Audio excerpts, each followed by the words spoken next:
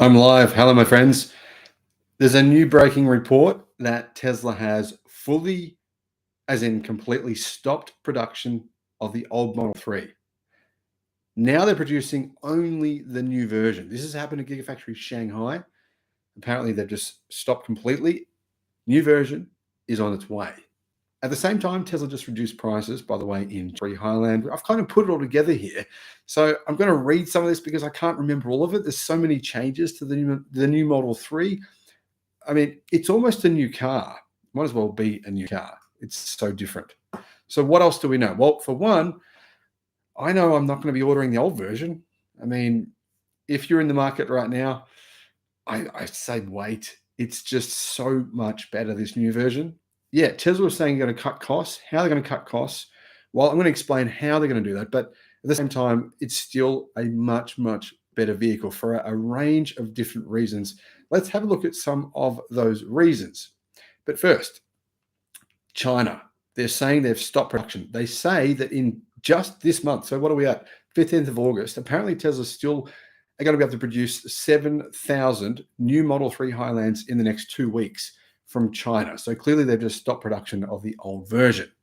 So what else do we know about the new version of the Model 3? Well, for one, we know that all these things, all the things I'm going to explain in this video, will go into the new Model Y. And that's the car, my friends, that I personally am waiting for. I've told a lot of people this. I'm waiting for the new Model Y Juniper for some pretty compelling reasons. So Tesla has introduced mega castings for the Model Y production. That allowed Tesla to cut costs. Obviously, Toyota have said now they want to copy that. Other car companies are doing as well.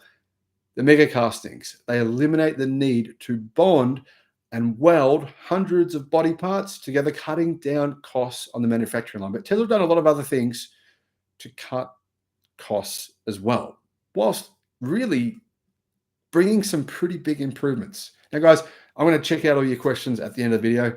So if you want to get some answers, well, I'll do my best to see what I can provide you based on what you guys have commented. Now, what else has happened? Well, apparently there's fewer robots needed to produce the new version. So I'm not sure what exactly that entails, but fewer robots is what I'm hearing. Full self-driving hardware 4. That in of itself is going to be a huge change. It's got new cameras, plus it's got one new additional camera in the front bumper.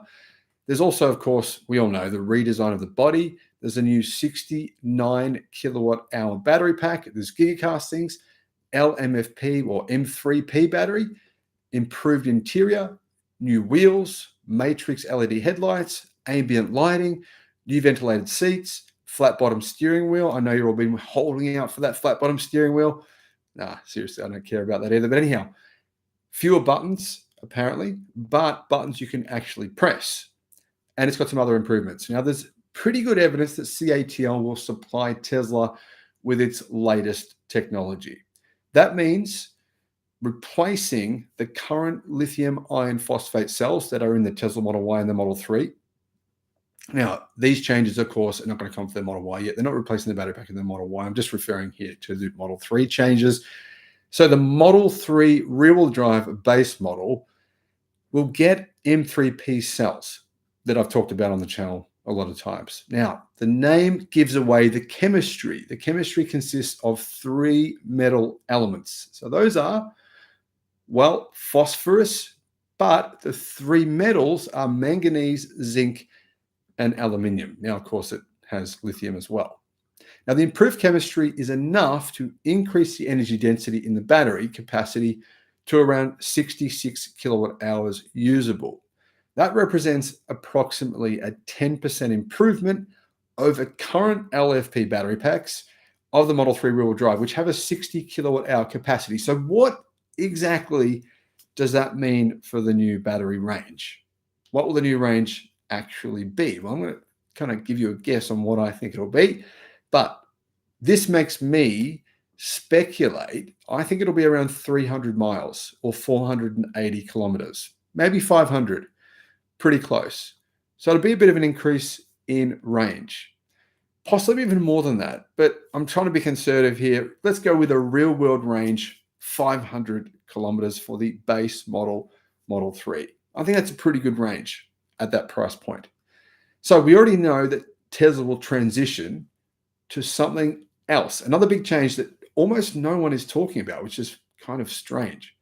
New electric motors. They're going to be apparently using very few rare earth materials. So these materials are crucial to producing powerful permanent magnets used in electric motors. Experts, though, apparently are still confused. They're like, well, how are Tesla going to do this? Apparently, they are puzzled by the switch to not using rare earths because without rare earths, you affect the motor's performance. So something is going to be really kind of interesting here, or Tesla will just go and use the old motors. Now, I don't think they're going to because they said that they would use new motors. Now, Tesla has exclusively used induction motors that don't have permanent magnets, hence no rare earth materials. But later, Tesla started using DC permanent magnet motors. And based on a slide from this year's Investor Day, it's going to continue to use those. Earlier this week, new leaks from China revealed a new dashboard with an integrated instrument panel cover and new trims. Now, personally, I don't really care too much about this part, but here's the details. It is kind of interesting in a way because they're sort of doing something similar to what they've done by integrating development, by making less joins, less welds, etc. So what they're doing is taking three separate parts. The dashboard is currently made of three separate parts and putting it into being a single piece dashboard. This is a cost-cutting measure. You'll never even know the difference. You won't actually see these joins. Well, you wouldn't have seen them in the past unless you took your dash apart. Now, this integrated trim showed a metallic pattern. The new trim has got like a new metallic pattern getting rid of the wood, just going to that metallic look pattern. I think that'll be an improvement. I'm not really that sold on the wood. Looks okay, but could be better. So what else do we know? In early August, Tasmanian says that Giga Shanghai had begun test production of Model 3 Highland. Now, apparently it was tweeted by Chris Zheng in China that in about 2 weeks after that, the factory would completely switch to production of the new version of the Model 3. Well, now, apparently, according to Chinese experts that know what's going on, Giga Shanghai has stopped producing the old version, only the new version now. So what does that mean for Australians? What does that mean for people in New Zealand? What does that mean for all the people being supplied by the Gigafactory in China? Well, that's Europe as well. That's the UK. That's so many countries. Israel, Thailand, Malaysia. You could go on. There's a lot of countries being supplied because obviously Giga Shanghai makes, I think, more than half of Tesla's global production. Well, it means once Tesla has gotten rid of their inventory, which probably won't take very long, you'll be able to get a new Model 3 Highland. Now, you can already order this car in Europe. If you order today on the European websites, I've checked most countries, the delay is about October. So you can get this car. You can order this car now. Apparently, Tesla's Fremont factory will soon begin production of the updated Model 3 as well. Now, we don't know exactly when that'll be, but a report says filings in both China and the US took place at approximately the same time. In July, the stoppage production of the Model 3 production line for upgrades has apparently taken place in Fremont as well. Now, due to less publicity in the US, it's difficult to confirm exactly what the timing is for when you'll be able to order a new Model 3. But I personally think it won't be long. I think it's probably going to happen within 2 weeks. That's my guess. What do you guys think? Let me know in the comments. And let me know as well if you guys are interested. Are you thinking of buying one of these cars once you've seen these upgrades? If it includes everything that I've mentioned in this video, does that mean you're going to go and put an order down? I think there's a lot of people waiting for these changes, as you would do. I mean, why would you get the old version when what I've mentioned is going to be some pretty big changes? I think the weight is going to be less as well. I think as a result of some of these changes, we're going to see less weight, probably about 100 pounds less weight in the vehicle. That's my guess, though. I don't know that for sure. Now, Tesla said this: we continue to target 1.8 million vehicle deliveries this year, although we expect that Q3 production will be a little bit down because we've got summer shutdowns for a lot of factory upgrades. So just probably a slight decrease in production in Q3 for global factory upgrades. Now, that leads me to believe that Tesla won't be producing any Model Ys of the new version, the Juniper version this year. It's probably going to be, my guess would be Q2 of 2024 for the Model Y. But what do you guys think? Let me know. Let's see. Now he's live streaming. Hey guys. Hi Sue. How are you? I'm guessing it's pre-recorded. This is definitely not pre-recorded, my friends. This is 100% live. It is 1:43 a.m. exactly here in Newcastle in Australia. So no, 100% live. Playing his 20 daily videos in a loop. Thanks for you do to keep us on the cutting edge. Thank you, man. I appreciate that. Dr. D McMac. So easy to listen to. Ratman, thank you. It's hard actually to do that because it's you sort of get into this mode where you want to talk in an official way, but then you want to be personable. It's hard to wait up. Hit the like button. Hello, Mr. Mawson. Hello, mate. No, it's not pre-recorded. That's right. I just rented a Model Y from Hertz in the US. I think I would prefer the 3 if I purchase one. So Highland is intriguing. What part of Thailand was your favorite? Actually, River Art, Thailand, what part of Thailand was my favorite? I saw a lot more of Thailand when I rode my bike around the world for 12 months. I rode from one end of Thailand all the way to the other end. And my favorite part of Thailand was probably northern Thailand. There was a dentist there that fixed my teeth, I had a terrible toothache. And so my memories, I thought of this today. I had a terrible toothache. This amazing dentist in Thailand that I paid peanuts to, she fixed my teeth, and it's been for 13 years. It's been awesome. What a weird story to share with you, but anyhow. Greetings from Toronto. Hey, how is your wife doing, guys? Yeah, okay. Quick update. I'm going to be totally honest about what's going on with that. I don't know if you're going to like this. I don't know if I like it, or maybe I do, but good and bad. So Shanna had a PET scan done five days ago. So I'm assuming she won't see this part of the video. So that's why I'm going to share it with you. The result was lymph nodes. So she's got a fair few lymph nodes around. There's some in the groin, there's some in the shoulder, there's some in other places. I think 2 or 3 lymph nodes have disappeared.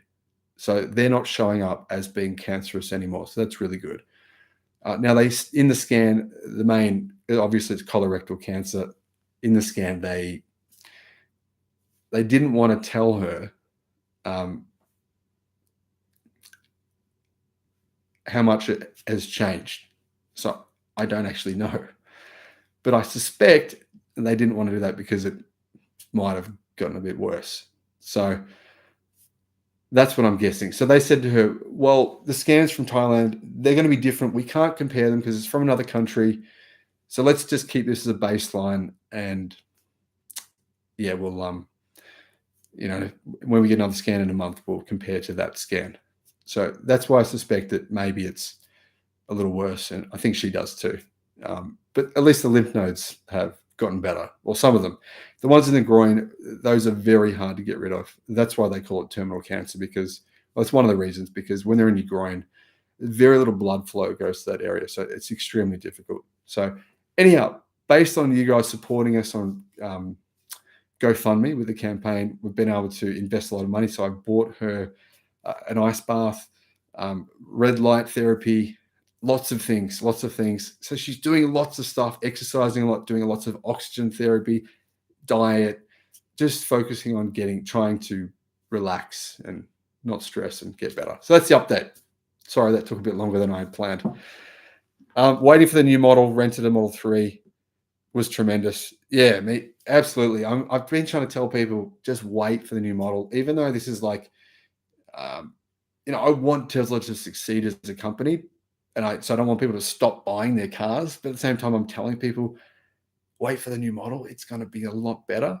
And the media is like, no, just an update. It's not just an update. When you actually think about the content in this video, think about all those changes I listed. I don't think that's even everything. I think there's maybe some other stuff we don't know about. That's a lot of changes. That's some big changes. Pete, Anthony, Teamster, hang in there, mate. Thank you. Appreciate that, man. I have long distances to travel, which would require me to use DC fast charging a majority of time. Worried about battery degradation. Best to your wife, my wife, 8-year cancer survivor. Oh, that's great, Pete. Pete, battery degradation. Join the Tesla. I'm going to bring it up now. Join the Tesla high mileage club if you haven't already. Tesla high mileage club. So I'm just going to put a link now in the description. I'll post there. There you go. And join this, guys. I just posted a link there. Battery degradation. Honestly, I just can't understand. These old Teslas are getting like hundreds of thousands of miles with pretty minimal battery degradation. I haven't been part of this club for very long, a few months, but I check their posts now every day. Battery degradation is so incredibly impressive. We're talking cars on here. People are posting stuff saying, I've done 250,000 miles, and then the battery degradation is like 20%. I mean, that's insane. Now, imagine if you had a gasoline-powered engine that could last that long and still be working that well. It just doesn't happen. Not that I know of anyway. There's probably weird anecdotal cases where that happens, but it's just very rare. So battery degradation is not something I personally think is really an issue anymore. But especially with lithium iron phosphate batteries, they seem to have a lot less degradation than even the cars on that group that I've just shared with you guys. So they'll be even better. I wouldn't personally think that would be an issue with supercharging, even doing a lot. I think that they're still getting really good numbers. So what else we got here? Wishing her the best. It's a tough road. Thank you, Cornelius. Texas is number 1 for wind, number 5 for solar. We have lots of EVs. Yeah, what the? Texas gets a bad rap, doesn't it? It's ridiculous. Guys, I've got to say, I lived with some Americans for a while. They were from Texas. And I love these guys. I still talk to them. But the amount of times they told me that everything in Texas was bigger and better than we were living in Western Australia. Everything was bigger and better. The highways were better. The cars were bigger. Yeah, that's all true. Probably all true. But Texas does get a bad rap. People talk about it as if they're like rednecks there. But, I mean, look at the numbers. Number 1 for wind. Number 5 for solar. That's good. Love the channel. When do you think your vehicle to home will become ubiquitous? Seems silly to install a home battery when vehicle to home is coming. Yeah, that's frustrating. Tesla needs to do that. I have honestly no idea. Vehicle to home is ubiquitous because, I mean, think about Tesla has a huge percentage of the global EV market share. You know, the EV, guys, the EV that I just sold, because at the moment we're living in a rented place here until we find somewhere. So I can't use it for energy storage at the moment. But the EV I just sold that I bought from China for 8,500 Australian, so about $5,000 US. Even that had it. And that thing was from a Baozhan EX5. I mean, I'm sure you've never heard of it. No one in China's even heard of them either, probably. Very, very affordable car. Even that had it. So, yeah, I don't see why Tesla shouldn't. They should have it because their degradation of their batteries is actually really, really good. Vehicle to home, I think that could be, you know what, that could be another feature. Maybe Model 3 has it. Maybe. Let's hope so. I honestly don't know the answer to that question. I'm sorry. Sam, an Atto 3 doing 180 kilometers a day, mainly on a motorway. Would you say yes or no? Is that 100? Malcolm, is that 180 kilometers one way, or is that both ways? If that's one way, you're getting 360 on a motorway. No, if you can charge it at work, yes. But if you're getting 160 both, so it's 80 kilometers one way, 80 back. If that's your total round trip, 160, 100% do it. Definitely. If it's 160 plus 160 and you can't charge, no, I probably wouldn't do that because you need to make sure you don't drive too fast. Yeah. So that's my answer. Hope that actually answers your question. Will all Model 3 models 100% switch to LFP with Highland, or is it a possibility that NCM sticks around for performance model? Yeah, that's a good question, Mike. And the answer is yes and no. Now, here's the problem, right? We know that the changes are coming to the IRS next year. Yeah. It's very possible if Tesla sticks to using CATL battery cells in their, not only just their cars, but also the mega packs, right? They won't get battery incentives. This is a big problem, actually. This could be a big problem for Tesla. Right now, they've had to prove to the US government that those cells, the primary cells that they're taking from CATL, are using lithium probably from either, I think, from Australia. That's what I suspect. That's how remember when the Model 3 didn't qualify for the incentives and then all of a sudden it did? I think Tesla had to say, CATL, we need you to use lithium from Australia because Australia is a free trade partner with America. Then we can qualify for the battery incentives. But those things are all changing next year. There's a lot of confusion around this. I think it would probably be a thing where Tesla does need to continue to use 4680 cells because then they'll get the battery incentives. And at least we know in 2025, they won't qualify if they use cells from CATL in China. So that will have to change. Therefore, I think that they won't use them for everything. In the US, I'm talking about here, in the US. They really need an LFP battery factory in Mexico or North America. There's probably going to be, I think Model 3 Performance will use 4680 cells, most likely, and Model Y Performance. The other models will use LMFP or M3P cells, but then by 2025, they'll have to change to 4680s. That's what I see Tesla doing. Ramping production of 4680, so that by the time those rules change, they can then transfer to the new battery cells and still get the incentives. We're talking hundreds of millions of dollars here, so it's pretty necessary that they follow some sort of strategy like that would make sense. I hope I answered your question. Sam and Addo 3 doing, I think I answered that one. Will all three, geez, you're up late. I'm now behind you here in Japan. Yeah, you're right. It's late, isn't it?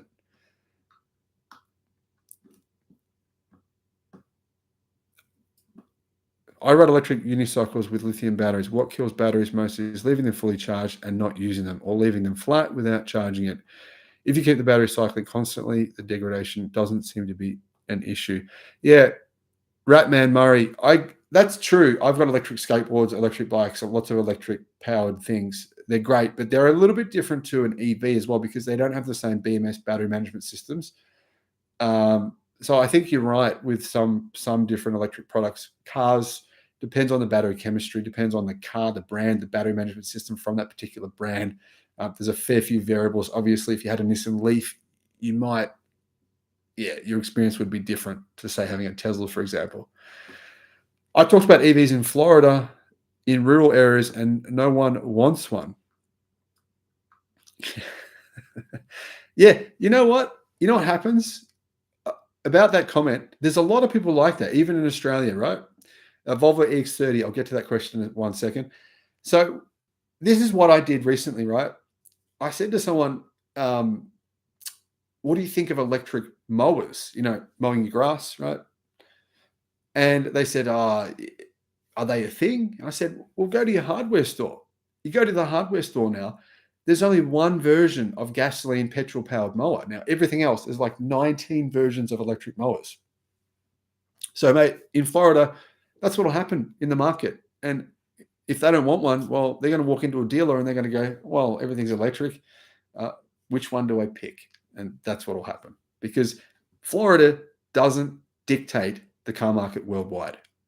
Florida doesn't. I mean, Florida is important. That's how Australians think. Australians think we dictate global policy. Not all of them, by the way. I'm not attacking all of you. But a lot of Australians think because I love diesel-powered pickup trucks or utes, therefore Japan, Toyota, Mazda, Nissan, Volkswagen will have to continue making them because I personally love them. It's a very strange view of the world, and it's not representative of reality. The reality is here, to actually make a car profitable, you've got to sell a lot of those cars, right? You've got to sell a lot of them, and you have to meet emissions rules. If you don't meet emissions rules, that car isn't profitable. You just have to pay massive fines, or you can't even sell it. So it doesn't really matter if individual people in individual isolated areas or states in the US don't like EVs because they won't have any choice. By 2030, game's up. No choice. The Volvo X30 is going to be a game changer, in my opinion, if Geely can keep up with demand. Do you know how many X30s is Geely planning to make per year, Sam? Yeah, well, the Volvo X30, obviously Volvo planning on making them in the US. That's a big issue, though. That'd be like saying, well, hey, we all love the Cybertruck. They have 2 million pre-orders. That's great. But how long is it going to take them to ramp production? Now, the EX30 is a pretty new product. So Volvo won't be making that many. That's it. Yeah, it's great. But for that to be a car that is priced well in the US and, of course, other places, it needs to be made in the US. Otherwise, it doesn't qualify for the incentives. It's got a $7,500 penalty, but it's not just 7,500. It's more than that. It's another couple of thousand because it won't qualify for the battery incentives either. So it's really like more like a 10,000 US dollar difference unless they make them in the US. And it's going to take them a few years to ramp production in the US. You're looking at probably 2025, mate, at the earliest to see some significant numbers. That's a long way away. That's what I think. As for Europe, different story. Australia, other markets outside of the US that don't have the chicken tax or whatever you want to call it, yeah, that's different because obviously they're going to make a lot of those and then ship them around to us from China. And they're not going to get penalized for that. So they'll make quite a few EX30s. But realistically, I mean, you got to remember, Geely is all in on ICE cars. I mean, they're building factories right now, and they're building new engine production plants now. They're building 11 of them. 11. I don't really think that's all in on EVs personally. I think they're going all in on everything. They say they're going to dominate the gasoline-powered market. They say that manufacturers are going to be buying their gasoline-powered platforms off them. Their new versions they're coming up with. I find that weird. And then they bring out this brilliant EX30 and the Zeekr 001 and all these other great products. It seems like a company that's sort of trying to do everything.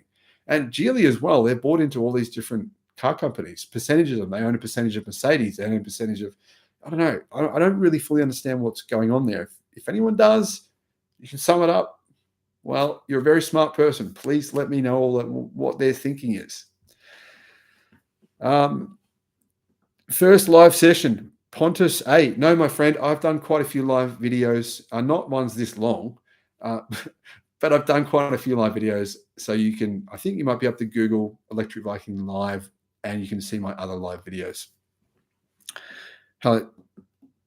I'm finishing my master's degree in business admin and I find all this stuff interesting. Mate, that's what I do. That's one of the key reasons I love this. You know, I've got right on my screen here with this really big, long screen. I've got about 400 tabs open. There's so much going on. Unbelievable technology changes. The thing is, right, companies come along and they spend $1 billion making an internal combustion engine 1.4% more efficient. The changes that we're going to see in this electric car industry, motors, battery technology, renewable energy, the changes we're going to see over the next 10 years, they're going to blow your minds. Even the most optimistic person, in my opinion, is probably underselling the revolution that we're about to see. That's what I think. Guys, thank you for watching. I'm going to head off to bed, get some sleep, and I'll see you all tomorrow. Have a great day. Bye-bye.